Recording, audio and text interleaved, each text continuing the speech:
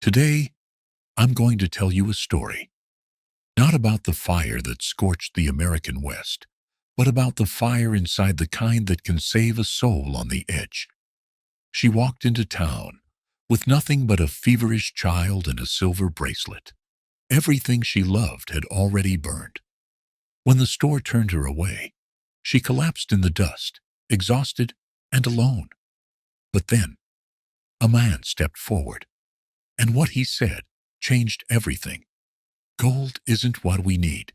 You are. That moment sparked a journey not just to survive, but to find her way back home.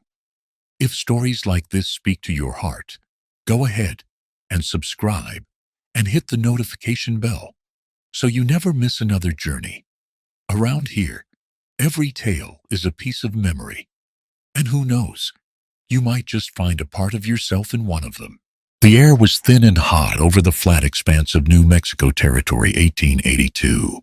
Dust danced across parched earth. The sky relentless and clear, as a whitewashed barn wall offered no reprieve. Rosalind Tate trudged onward under that pale sun, every step dragging her closer to collapse and yet farther from any hope of refuge. Beside her 6-year-old Eli leaned heavily on her side, small cheeks burning with fever, throat raw from coughing. Once she had held him close and whispered stories to soothe his fitful sleep. Now his weight was a tether, slowing both their steps. But she carried him because he was all she had left, her sister gone. In the blaze, his parents before her, the fire claiming them all. Eli was her responsibility, her stubborn reason to keep breathing. They had come miles. Rosalind hadn't measured it, but the soles of her boots had thinned, and the heel of one sock peeked through. Still she pressed forward, eyes fixed on the faint outline of a trading post ahead, a half-hearted hope, a sliver of mercy. Inside, grain and tinned food lined dusty shelves. The shopkeeper leaned behind a sagging counter, like he was glued there by habit. With trembling fingers, Rosalind slipped off the delicate silver bracelet from her wrist. It was the only comfort she had, her mother's name Agnes engraved inside. Now it was her currency. "Please," she croaked, voice husky from thirst beans, "just beans for my little nephew." For a moment everything paused, distant wind dust, the shopkeeper's eyes narrowing. Only then did he turn. "Lady," he said, "I've told you already. Don't deal in trinkets here. Beans cost money, not silver, not meaningless baubles." Rosalind's knees buckled. The bracelet slipped from her palm and rattled once on the counter, too late to change fate. She froze, heart beating wild. She stared across the room. Just then, from the doorway's glare, stepped a man. He looked familiar as a memory just forgotten. Tall, lean brim of his hat, low worn canvas shirt clinging to the curve of his back. He moved closer, carrying the dust of the prairie in his boots, and knelt so gently she didn't feel the pressure of his strong arm until it held her upright. "You'll pass out," he said, soft and low, seeing Eli behind her, sweat-drenched and trembling. Her vision swam. She tried to breathe. She swallowed back tears of embarrassment. He moved them to a chair near the window, where light slanted in golden. She couldn't bring herself to meet his shadowed eyes. The shopkeeper sputtered, "What are you doing? She's a stranger. You don't need the town caring. Who cares for her?" The stranger's voice was quiet but firm. "Not gold," he said, turning to her in a way that felt like sunlight on bare skin. "We don't need gold. We need you." The words landed like seeds in dust, soaked into her bones. Those words, both true and strange, pushed fear from her chest. How could a man she'd never met in a lifetime call her needed? She stared at his sun-worn face, his steady shoulders trying to filter out the kindness and find the bargain hidden beneath it. Delia Cooper stood in the threshold, arms crossed, face drawn tight. The town matron, known for her sharp tongue, watched with suspicion, hat tilted. Her eyes flicked from Rosalind's sweat-beaded face to the bracelet, to the stranger. That look sharpened the ache inside Rosalind, Was Delia thinking the same as the shopkeeper, that this was a con, or worse, madness? He stood and offered a hand to lift Eli gently. Eli stirred, coughing, eyelids glaze. The man wrapped his arms around the boy and led him outside to the shade where a dropped mineral spring bucket stood tapping at the air. He poured water into his hands and dabbed Eli's forehead. Rosalind followed, half-dazed, clutching the bracelet, uncertain whether to flee or cling. When Malachi Boone, Malachi, she'd catch the name later, came back, he carried a small sack of flour, a tin of beans, and a chunk of salted pork. The shopkeeper grumbled, but didn't protest, as he accepted silent coins Malachi pressed into his hand. He handed the provisions to Rosalind and Eli, each wrapped in the cloth of a handkerchief. Rosalind sank to the wooden stoop, the suitcase from her shoulders sliding free. She stared down at the food as though it were sacred. The bracelet lay heavy in her palm.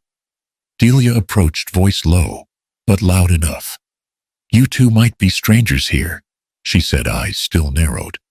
"But be careful what you promise. Folks around here don't take kindly to strangers bringing debts home." Malachi didn't flinch. He opened the cloth on his lap. "We don't expect coin," he told Rosalind. "We'd like you to help. My father's dying fast. If you'll stay and help care for him and for—" He nodded toward Eli. "This boy, then you've already paid us back." Rosalind stared at him, stunned. Pay back? By caring. Her mind pushed memory, the ache in her chest, the hunger for a simple meal, which turned now into a choice she never intended to make. It should be a trap, her mind insisted. Why would a man of the land, a rancher, volunteer to take in a stranger and her deceased nephew? But she measured his calm eyes, the tremor in Eli's cheeks.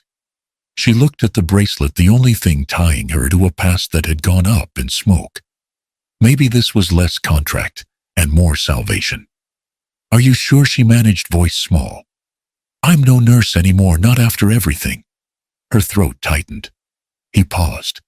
For that moment, the dusty street stretched into years, fields charred, fires, out of control, families broken. But there was something gentle in his gaze. "I'm sure," Malachi said. "We need you." She exhaled enough to nod.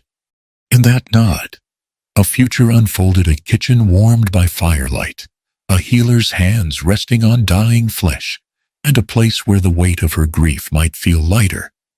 The shopkeeper crossed his arms. Delia looked on, grim. But Malachi, with that single steady assurance, shifted something in the summer air. Rosalind gripped Eli to her side as they rose together. Behind them, the trading post's bell chimed once, twice, perhaps a farewell, perhaps a beginning. The bracelet, clenched tight in her fist, felt suddenly like a promise of something more. Rosalind blinked against the afternoon haze as Malachi guided her and Eli down a cracked dirt path, flanked by rye sagebrush and broken fences. The air was thick, an invisible weight, pressing down after the shop's dusty confines. With each step, the rounded hills of Malachi's property loomed into view. Weathered barns leaning like old friends, row upon row of beehives, perched on wooden stands, and a house that wore its scars, plainly cracked plaster, charred rafters, and a lingering tang of smoke. Inside, Eli slumped into a rickety rocker head, collapsing faintly after their laborious walk. Rosalind stood at the edge of the room, tiny seedlings of exhaustion blooming in her limbs. She didn't know what she'd expected, hospitality, a bed. Instead, she beheld a place that mirrored her own fracture, yet breathed with a hard-won survival. Malachi's father, Warren Boone, sat immobile in a straight-backed chair. He was thinning, age etched into every crease on his face, but it was the eyes, weathered, skeptical, that fixed Rosalind's gaze. At 26, Harper Summers, she might have moved beside Malachi. But this older man regarded her as though she were a stranger, meddling in affairs she did not understand. Another mouth to feed, Warren grumbled lowly, his voice a gravel fall in a silent room. "What did you say, boy? We're rescuing refugees now." Malachi set down a small tin of herbs on the table. "He's my guest," he said quietly yet firmly. "And Rosalind and Eli. They'll stay if she'll tend to you as she asked." Warren's lip curled. "A woman with a child in tow in this heat? In this house?" Rosalind swallowed. She forced her voice out on a whisper. "Sir, I'm stronger than I look. I understand medical care." She cleared her throat. "There is no one else. No one else." The words echoed in her chest with a hollow relief. She stood there a stranger still, but tethered to something stronger than fear, now necessity and quiet resignation. She set to work. Malachi showed her to the kitchen, a small space with a board leaning against a cracked wall, and pots sun-baked dull. She fired up the nearly devoid range and filled a kettle with well water someone hauled from the creek hours ago. She mixed the herbs into a weak tea bitter as sorrow and carried it carefully to Warren, setting it on a side table with trembling hands. He took it, grimacing. "Tastes like death," he grunted, but swallowed. Rosalind held the chair for him as he took a sip and sank back exhausted. She knelt to adjust a blanket over him, heart thudding with empathy and guilt. She'd lost her own kin. She knew the grief of succumbing to fever and lack. Eli, sitting nearby, watched her with glassy eyes, then burrowed under her skirt for warmth. Rosalind patted his head. "Rest now," she murmured. Eli closed his eyes, and for a moment, she felt the fragile possibility of a quiet life, forming delicate as a soap bubble. But there. That night, after restocking the kettle and settling her own worn shoulders, Rosalind wandered out to the beehives under moonlight. She listened to the faint hum of bees, tiny guardians of sweetness amid drought.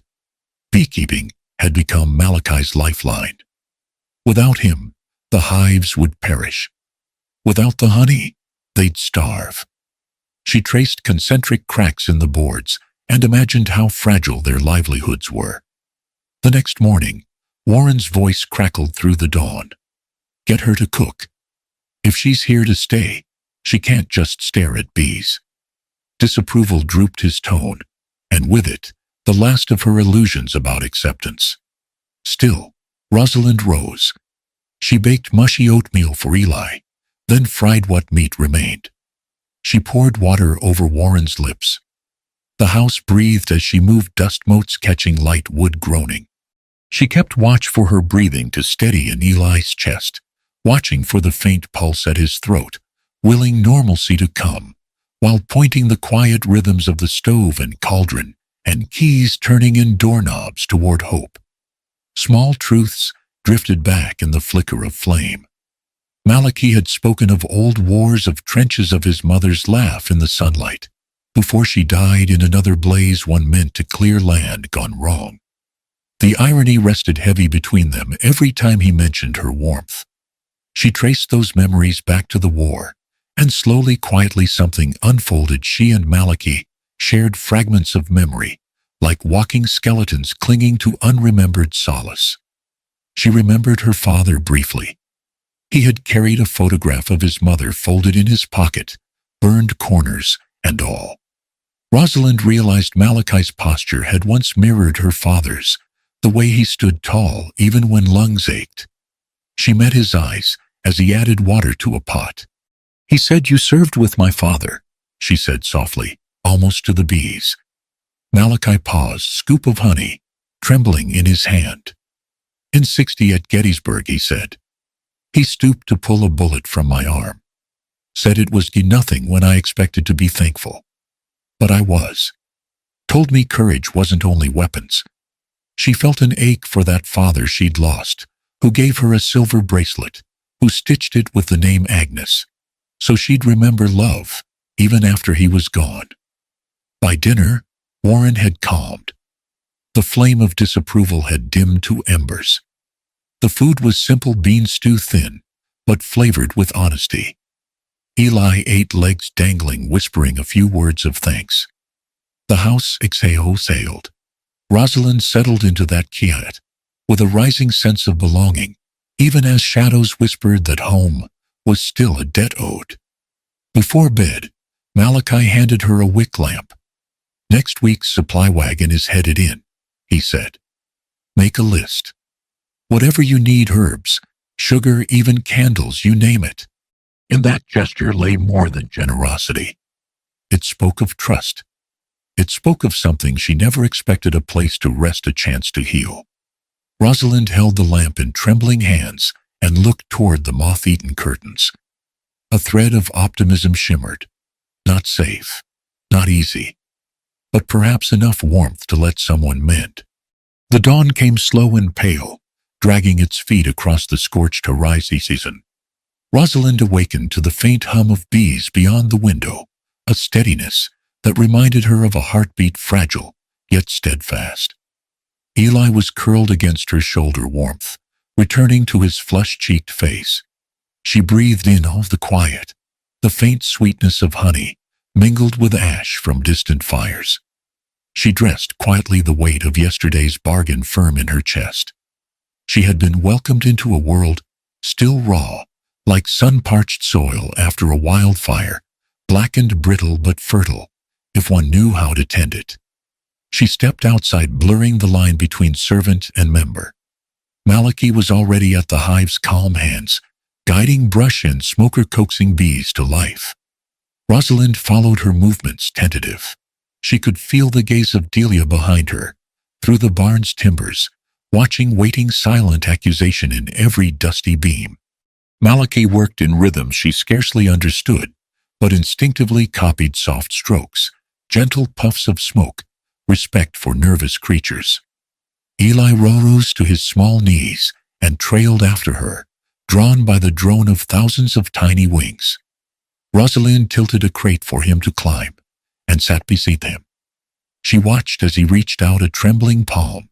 A single bee reversibly alighted, gathering pollen in a moment of trust. She swallowed, feeling tears rise for that small miracle, for her nephew's survival, for hope returning. By midday, Rosalind was scrubbing dishes in the kitchen sink, soft steam rising as she soaked scorched pots. Warren sat nearby in his chair, gaze vacant.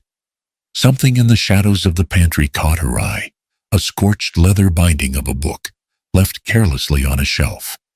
Curious, she leaned in and opened it, a Bible, its edges burnt and blackened, but still intact. Her breath caught. It was embossed with the name Warren Boone in curling script. She opened to a page yellowed with smoke, one verse underlined: "Though I walk through the valley of the shadow of death, I will fear no evil." She traced the words with her fingertip. Her father had read that line to her every night in Missouri before he lost his voice. That memory stabbed her heart. Why would Warren Boone mark the same verse? Rosalind carried the book to him later. Finally, he took notice, and for a fleeting second, his eyes tracked each page as she leafed through. "That saved me once," he croaked. "We harbored a man who said it, and the world caught fire." His voice shook. He was reckless, full of hurt and whiskey, and wound up burning down a neighbor's homestead. And the fire, it spread. My wife, she died. I didn't admit what I'd done. I kept silent. Rosalind's breath caught. "You," he sniffed. "I wasn't the arsonist, but I sheltered one. Didn't turn him in. That man was your father." A sunless truth. Rosalind felt the floor tilt beneath her. Her father, her grief, her entire past was bound forever with this man's loss. She pushed away from the table. Her hands shook. She stumbled outside, Eli's hand tight in hers. The book dropped on the floor like a stone. By afternoon, the air crackled with tension. She worked gallantly in the nursery corner, tending to Eli's fever, with gentler herbs. He coughed less, now his eyelids clearer. Malachi watched her from the doorway, eyes unreadable. Delia dropped by with a basket of unshelled walnuts, her curiosity harsh. "You're too close to that man," Delia hissed. "Remember what I said, fire doesn't forgive. Watch your footing." Rosalind clenched her jaw, but sighed nothing. She didn't retreat. She simply reminded herself why she stayed. Eli's fever had broken, because she chose to remain. That was no frailty, but courage in its simple form. At dusk, Malachi found her on the porch, the Bible still in her lap, its spine bent as if under pressure. He sat beside her, careful not to presume too much. "Truth is ash," he said softly, voice barely more than a whisper. "You have the right to run. And leave Eli." He fell silent. The weight of his conflict went beyond words. Rosalind closed the book, tracing the burnt edge with her thumb. "My father, he left me a flame. But it was all shadow until now." Malachi's hand hovered before resting on hers. She did not pull away. Night fell. Fireflies blinked in the dark like startled stars. Rosalind stared at them, fragile points of light in a vast darkness. Ash and honey, they had collected both. But perhaps in that mingling, something new could grow. The next morning, the ranch rested under a gauzy sky, pale with heat and distant smoke. Rosalind carried a pail of washed linens to Eleanor's little nursery room, once the pantry, and set them gently on the chair. Eli sat propped against pillows, cheeks rosy and clear from fever's release. She knelt, brushing a stray curl from his forehead, and felt more human in that simple gesture than she had in weeks. Malachi found her there, quiet in the soft light. "Would you ride with me?" he asked. His voice was calm, though the invitation held an edge of tension Rosalind couldn't quite name. They found themselves at the small graveyard past the pasture, just 3 wooden crosses standing guard over earth, turned to dust. Malachi straighter himself, his brim shade falling back from eyes that carried memory. He laid a sprig of sage at the largest cross. "She died in that fire," he said, voice low as ash. "Not far from here. I was a boy then. My father and I," his sermon quelled nothing. "The land healed, but not me." Rosalind watched his shoulders shift under the weight of mourning. She remembered her own losses, how they took root. She reached out her arm, offering quiet kinship. He turned, and for one breath, their grief met honest and unguarded. Their first kiss found them there between the burnt grass and cracked earth, heat and grief hovering like ghosts. His lips were gentle, forgiving. Rosalind leaned in before the world could catch its breath. But then a whisper. Hoofbeats from the road. A lean figure emerged, dust-caked and wary, sliding from a mottled horse. A stranger. Rosalind's breath stalled. He nodded to Malachi, whose jaw tightened. Rosalind took a step back, realizing the kiss had been something both fragile and fleeting, now broken by that man's presence. "Barrett," the stranger said, voice carrying past the crosses. "I rode all night." Malachi's face paled in the pale heat. "Barrett," he repeated as though tasting an old wound. The man removed his hat. Rosalind's breath caught. The sun glinted off familiar features, a tilt of steel in his eyes.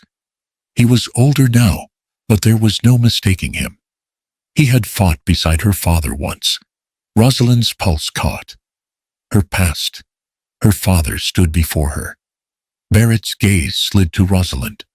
"Rosalind Tate," he said, voice soft. "I've searched for you." She swallowed, mind reeling. Malachi moved forward, protective and unreadable. Barrett raised his hand, palm outward. "I bring news, Cecil," he said, eyes now dark with guilt. Rosalind braced herself. "He told me he lost control," Barrett began, voice ragged. "Your father. He set that fire. You asked about the blaze that took your sister, the wind that carried flame beyond reason. I saw it, and I said nothing. I was drinking with him at the saloon. He cursed the drought, his grief. He struck a lantern to dry kindling." Barrett's fingers trembled. It spread. "I can't forgive myself, but you should know. Your father was drunk, broken. Not evil. But that fire, your sister was caught in it. He never meant that." Rosalind's knees went weak. Eli cried out behind her. She dropped to one knee, clinging to her nephew, as though willing him safe. No, not her fault, not his death. But breath came ragged. Malachi placed a steady hand on her shoulder. He looked at Barrett. "Why now?" he asked. Barrett glanced skyward. "He's gone," he said. "Your father died last night alone. On purpose." The air tasted of betrayal and blood.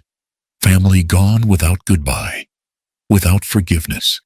Rosalind stared at the dust beneath her, the cross above the scarred land that swallowed grief whole. She heard the hum of beasts beyond, constant and forgiving. She pulled away from Eli, standing. Malachi stood close, silent. Barrett leaned forward. "He asked me to tell you one thing. Don't bear this alone. He loved you until the end. In that blaze he lost himself. But he never stopped loving you." Tears burned under her lids. She stumbled toward the hivekeeper, voice quivering. I can't look at him." Malachi bent to grasp her hand. The world tilted. She backed away. "No," she whispered to Barrett. But why did she need to leave? Pain was too sharp, too raw. She sank to her knees, clutching Eli's blanket, head spinning. Her father, he had caused this. Malachi's grief. Eli's tears, her own guilt. It was all ashes and honey. Sweet memory and ruin. Eli whimpered, and Malachi leaned closer. Rosalind turned and sprang from the hillside. Eli cradled tight. She ran toward the barn, breath coming in gasps. Delia's hand appeared as she burst through the door, her eyes wide, heart breaking for Rosalind. "I'm sorry," Rosalind said, body shaking. "I can't." Delia caught her trembling shoulders. "It's not yours to carry by yourself." Rosalind sobbed, the scent of wax and smoke swirling. She pressed against Delia, letting whatever remains of love hold her. That night, Rosalind lay next to Eli, curled in his warmth. Malachi slipped the burnt Bible she had returned to him onto the shelf. He watched her face edged in sweat and moonlight. His father, Warren, murmured from the bedroom that forgiveness started softer than anyone believed. Rosalind's dreams were embered, a candle flame ignited in the dark. Her father's face in firelight, Eli safe at dawn. She woke dawn bright and hungry, and raw but anchored. Because darkness could break, but daylight could come back. The horizon yellowed, as if it too feared the day. Rosalind sat on a ragged piece of canvas beside a fire pit. She dug into ash-strewn earth. Eli curled beside her with a rag soaked in cold water against his fevered brow. The tumble of recent truths had driven her here, into the wide place where the land itself seemed to speak ash and memory back to her. She stared at the dead coals of her campfire, twisting a piece of charred wood between her fingers. Of her father, her heart wanted to obliterate his name with each ember, yet still found itself whispering his memory in the dark. Grief had become a landscape she wandered by night, desperate to outrun it, yet tethered by something she wouldn't name. Eli let out a soft whimper, his eyes drifting in that fever-dark space between sleep and dreams. She leaned over and brushed his hair back, feeling more human in that motion than she had in months. She rose, boots scuffing the dusty ground. In the distance, she saw a column of gray smoke rising over the hill, closer than when she'd fled. Panic's pulse beat in her temples. Fire again. The land she thought would consume them all if given the chance. She gathered Eli in her arms. She ran, first stumbling, then in a blur of desperate, lonely strength back toward the ranch, the burned ground trembling like living fear beneath her feet. Delia stood on the porch when Rosalind burst in. Sunlight and ash clouded into her eyes. She thrust Eli forward. "Look after him," she said. No explanation. Delia nodded, alarm in her grip, as she took the boy inside. Rosalind didn't stop to apologize. Instead, she dashed to the beehives. Malachi spotted her from afar and met her at the sun-cracked boards. His expression was taut. "Thought you'd gone," he said. "The fire," she gasped. "It's close." We must move the hives. He nodded. In silence they worked. The hum of the bees sounded urgent, anxious. Rosalind helped him tilt each crate, breathing through the dust in her throat, lifting frames even as memories of her father's blaze looped behind her eyelids. Warren hobbled out on a cane as they heaved the last hive. His eyes were narrowed with age and survival. Rosalind stood frozen, sweat dappled. She watched him lean over a crate, move a finger through the frames, whispering soft words they couldn't hear. Once the hives were safely repositioned near the barn, she went back for him. He leaned there, closing his eyes. Caught between the scent of wax and smoke, she realized this man had carried more weight than any of them. She held his shoulder. "Come," she urged, voice soft. "Let's move inside." Inside, once the bees were safe and shelter secured, Warren sat in the quiet of the barn's shade. Rosalind knelt beside him. Eli was playing with Malachi, light in his eyes again. Rosalind felt the gravity in the barn shift. Something fragile fell away. Rosalind's voice came steady. "You did more than hide him," she said. "You hid the pain your family owed." "The letters, did you keep them?" Warren nodded, fist shaking. "Your father wrote to her every night," he said. He begged forgiveness in the darkness. Letters that told of regret, of longing. "I tore them open and never gave them to her. I thought I was sparing her hope, but I stole it. And I let you both drown in silence." Rosalind stared. The letters explained the gulf between a boy and his father. Not malice, but if silence itself could kill. She pressed her hand over his weathered one. "Without those letters," she said, "he lost hope in Byerly." "Not your fault." Warren's tears came silent and slow. "I'm sorry," he whispered, "for everything." In that barn, shadows drifted around them like forgiveness finding shape. Eli's laughter echoed. Malachi's hand found hers. Rosalind leaned into the forgiveness she still hadn't given herself. They emerged from the barn into a day-stained ochre with smoke. The fire had shifted on the ridge, but wind had carried it away. Maybe mercy, maybe distance. The ranch stood. Rosalind stood beside Malachi and Warren. She inhaled hot air sweet with honey and ash and second chances. Eli ran to collect fallen sage. She watched him, the boy who had inherited both her sorrow and the promise of tomorrow. She took Warren's hand, guiding him toward the porch. He still walked with the weight of his past, but now bridged by understanding, not shame. Rosalind's gaze turned to the sky, low haze, faint wind. The day had broken through ruin.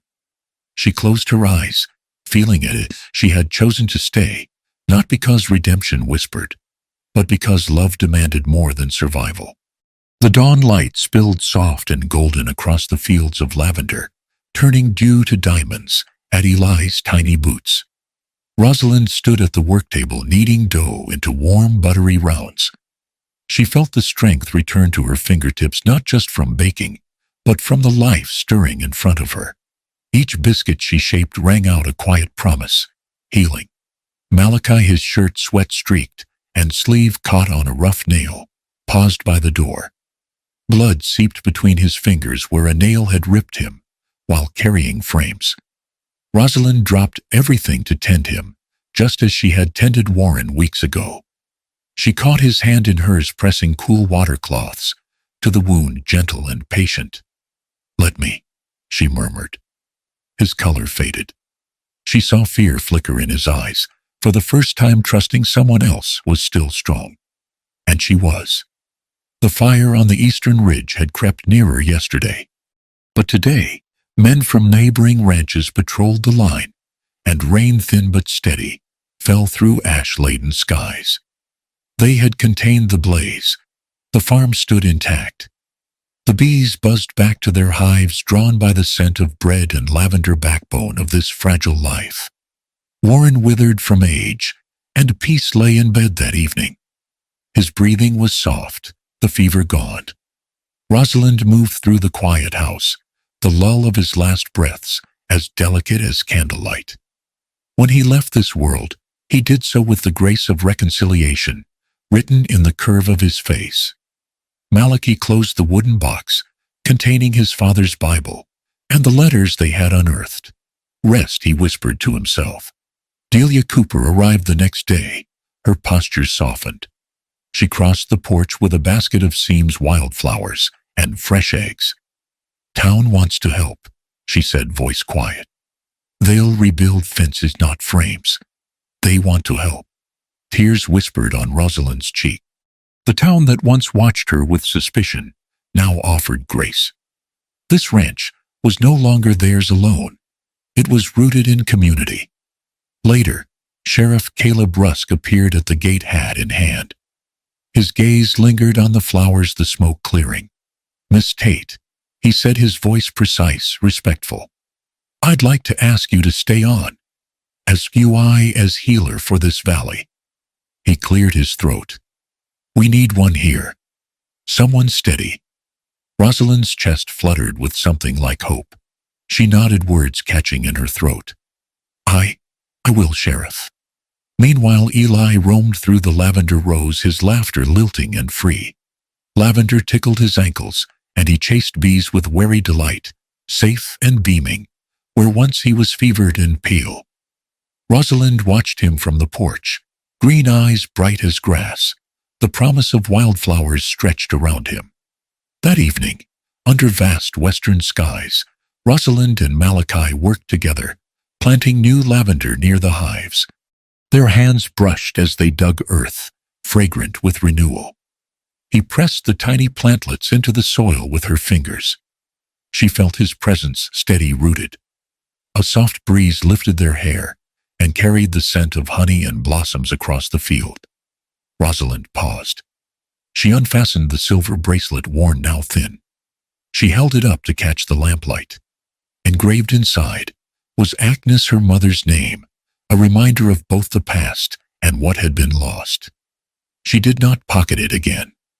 Instead, she placed it in the wildflowers growing by the hive, suspended like a memory shining back. Malachi joined her, his hand brushing hers. They looked at each other. No words needed. What mattered was here in the lavender, the bees, the settled dust of hearth and obligations. The past had burned everything to ash. But from the ash, new life was rising, Beast Blossom's community. And between them, a fire had grown that wouldn't destroy, but warm. She turned her gaze to the lavender field, touched pink by sunset. The prairie stretched in waves, golden and forgiving. Fire took my family, Rosalind whispered, half to herself, half to the dusk. But this fire, this one in her heart, had brought her home. I wrote this story, not just to remember the past, but to remind us what it means to forgive and to belong. In a time when so much feels like it's burning around us in headlines and families, I think of Rosalind. She didn't fight with bullets or vengeance. She fought by staying, by planting something that would outlive the fire. Maybe we all carry a little ash in our hearts, but maybe, just maybe, that's where the flowers grow best.